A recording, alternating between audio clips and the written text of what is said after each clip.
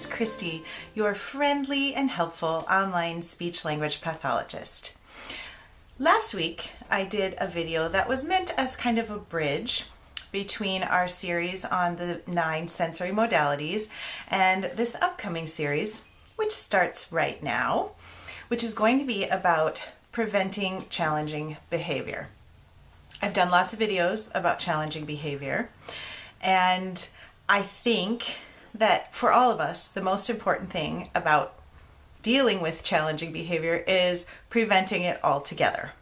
It's traumatizing for everyone when some sort of challenging behavior occurs, and it'd be much better if we could put systems into place and use tools that help kids not have to get to the point where there's a meltdown or they escape from the classroom. We are going to be using the framework of a model called the pyramid model. You can find out a lot about this model and get resources to print or to learn from at challengingbehavior.org. I will put a link down below to them so that you can just click on it and be well educated. The reason I like this model is because it doesn't prescribe any particular teaching methods.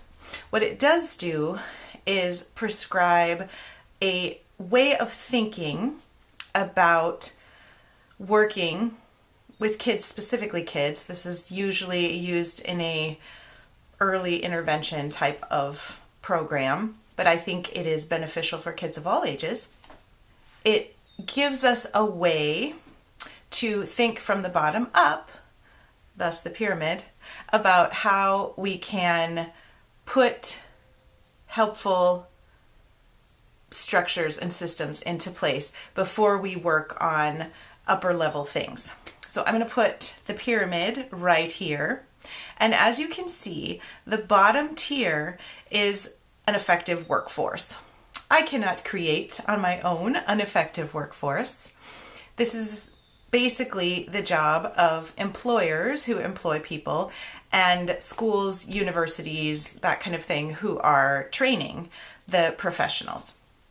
We are not going to look at that very bottom level, the foundation, which is the effective workforce, because we may be part of the effective workforce. We may be further educating ourselves all the time so that we can be better at what we do, so that we can be more helpful to children and their families, but we cannot necessarily create more people out of nothing. It is part of my mission in life to train as many people as possible in this field, because I believe it's so important that we continue to educate ourselves and that we have more and more people who understand our kids and want to help them. So we're doing our best just by being here together. The next tier, as you can see, is the blue tier. I would call it maybe turquoise, maybe teal, but it involves two things: nurturing and responsive relationships and high quality supportive environments. I'm going to start with high quality and supportive environments, and we're going to talk about that until I say all that I need to say about that. And then we will move on to nurturing and responsive relationships. The first thing I want to say about high quality supportive environments, and the thing I'm going to talk about in this video today, is safety. I'm going to break this down into hopefully semi-short chunks. You know that I've been in this field for over 20 years and that I have amassed a lot of continuing education over those years, as well as my master's degree, as well as the year that I had to spend, we call it a clinical fellowship year in my field, which is a year where I have to be heavily supervised as I'm going about the work. So there was that also after graduate school.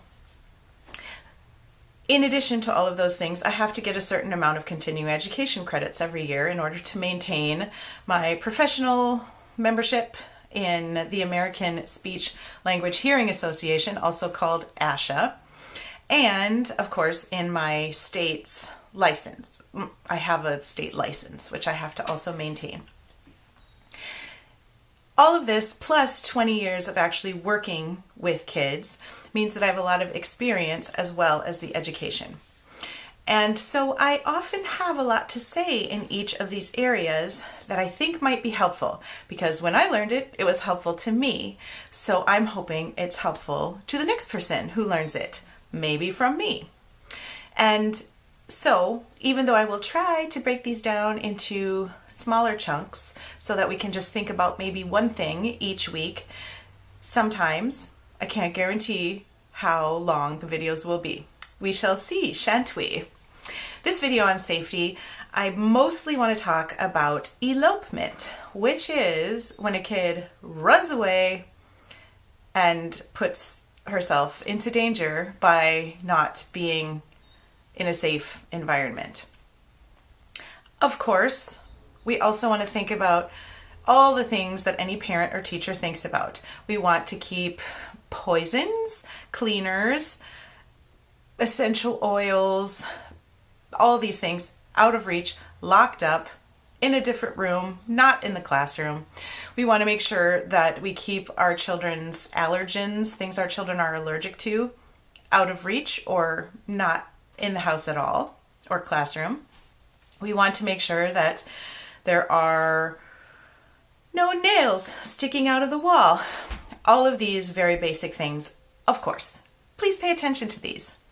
And we want to add on top of that some additional thoughts that maybe haven't come to mind yet if you either are new to this field or if you're maybe new to working with a child for whom this is an issue. My first tip is to prevent elopement, which is kids escaping when they shouldn't be escaping, is to put latches on doors and windows. If you are in a home with one of these children who likes to escape, please put locks and latches on your doors and windows. My favorite kind are the latches way up high that the kids can't open. But also, of course, there are locks that work only with your phone. There are all kinds of locks that will help keep your kids in the house.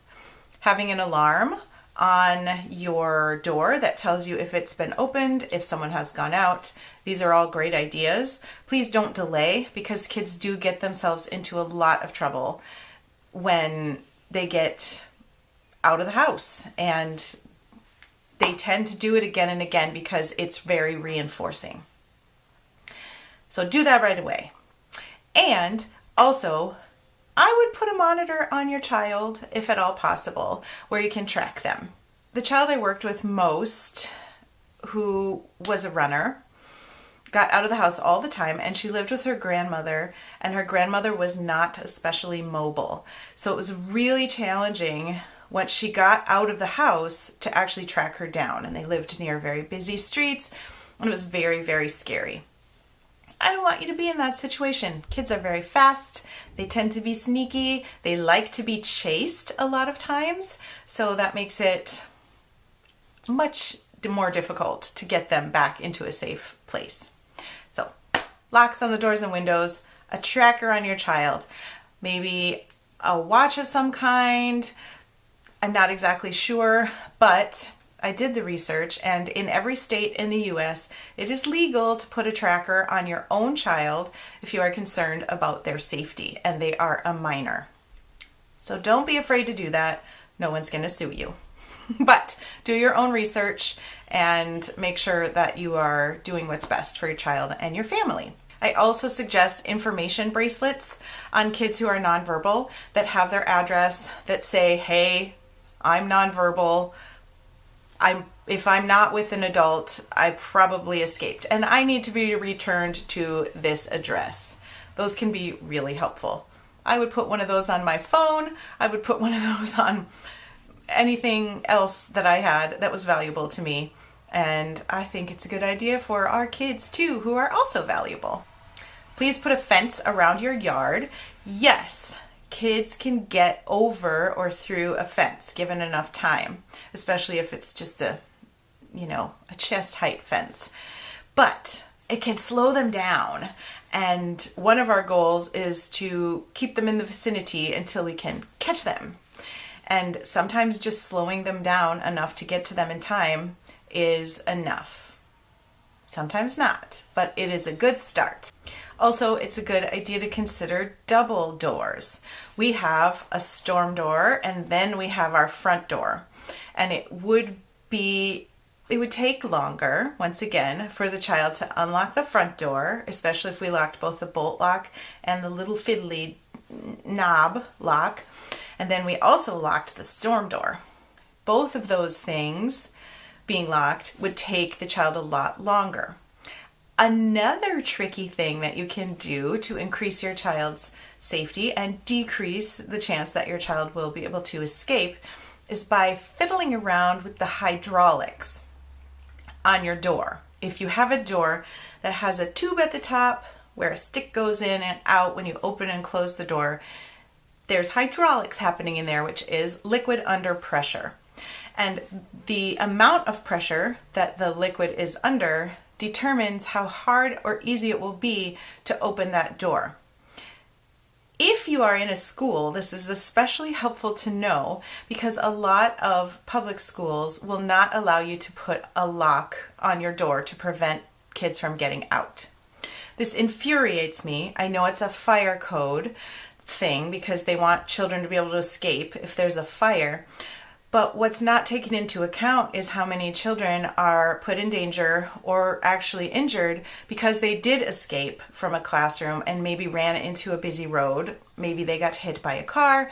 Maybe they got hurt in some other way because sometimes it's really hard to stop a child before they get out, even as well trained as we might be. It almost happened to me a couple of weeks ago. But thankfully we have a bouncer kind of that was standing by the door and she prevented my little guy from getting out. But it was very embarrassing because this is an issue I talk about all the time. And this child had never been a runner before. And I did not expect that all of a sudden he would bolt. And he did. He got upset about something he'd never been upset about before. He displayed it in a way he's never displayed it before. And this happens sometimes. So it's really good idea to expect the unexpected from all of our kids sometimes. Of course, the best tip I can give you in this regard is to always stay between a child and the way of escape. I did not do that in this case because the child had proven to me over a couple months maybe, that he wasn't a flight risk, that he was able to manage difficult emotions, that he wasn't overly responsive to feeling upset and taking off. But in this one case, all of those things did not apply, and he did attempt to escape into a parking lot. So be prepared. If at all possible, always stand between your child and the door, especially in a classroom. In a home, that's really, you have a life that you live there and you're going to have to do things. But if you are in a classroom, it's a little bit easier because there's usually only one way out and usually you can maneuver yourself, but not always. It happens. These kids do escape. But back to the discussion on hydraulic doors. You can ask your facilities manager to change the hydraulics in the door to make it harder to open. This is so smart. You can make it so that, once again, the child would be able to get out, but it would take a little longer. And that's key because if you see a child heading in that direction, you have to get up, you have to get there before the child or in time to encircle the child and remind him, oh, it says stop. And that's more likely if the door is heavier, which you can accomplish by changing the hydraulics. Also, it's a great idea to put a great big stop sign on the door. For some reason, it helps kids stop and think, wait a minute, maybe I shouldn't go out that's a stop sign. And we need to teach, of course, that stop signs mean stop, and that in this case it's stop because you're not safe unless you're with a grown-up. And we need to reinforce this over and over and over. I'm not safe unless I'm with a grown-up. If I need to go to the bathroom, I need to ask a grown-up. So we have to teach all the social and communication parts of this, but sometimes that stop sign is enough to make the child pause. Some other ways of helping the child to not just leave are to have different ways of communicating. I need a break. I need to go to the bathroom. I'm hungry. I'm thirsty. Sometimes kids will just take off if they're overstimulated. And we need to have ways in our home or in our classroom for children to express these things. And of course, I recommend communication books, and I have lots of videos about those. I'll put a link to my video series on communication books right there. It's not specific to running away and safety issues, so we'll see. I might have to do a separate video on that. Let me know if you would like to see that. And also communication buttons, which kids can just push and it says, I need a break, or leave me alone, or I have to go to the bathroom, whatever it might say. You have these buttons, and the kids, if they get overwhelmed, they can just push the button, and then immediately you stop everything and you help that child to get what they need, because it's way better than running out the door into traffic. And I know it seems a little extreme to just drop everything and help a child escape from work or whatever otherwise she would be doing. But it's important because we need the child to realize that there are ways out of a problem. And then after we get them consistent with communicating rather than running, then we can say, oh, I hear you need a break. 1 minute. And then we can slowly expand the time that the child is able to wait after communicating that things need to stop and something needs to change. That's sort of the process. So when we first start, we need to respond immediately to get the child out of whatever difficult situation he or she is in. I recently did an entire 2-hour presentation training on elopement, which is children running away when they shouldn't, unexpectedly. And I have lots and lots that I could say, and we will discuss a lot of that from different angles as we are moving through this challenging behavior series, because elopement, escaping, is a challenging behavior. It's a behavior that comes as a way of communicating something, but to us who don't understand, it's challenging because we don't exactly know what the reason is, and we don't exactly know what to do about it. In most cases, challenging behavior is not meant just to be a booger. It is a way of communicating that something's going on that the child needs help to deal with. Challenging behavior is a way of saying that a child needs more support. So in the videos in this series that follow this one, we will continue talking about ways to provide more support so that these behaviors are not necessary. I hope this video gave you some good stuff to think about, and that you'll be back here next time for a brand new video. Have a great day. See you soon. Bye.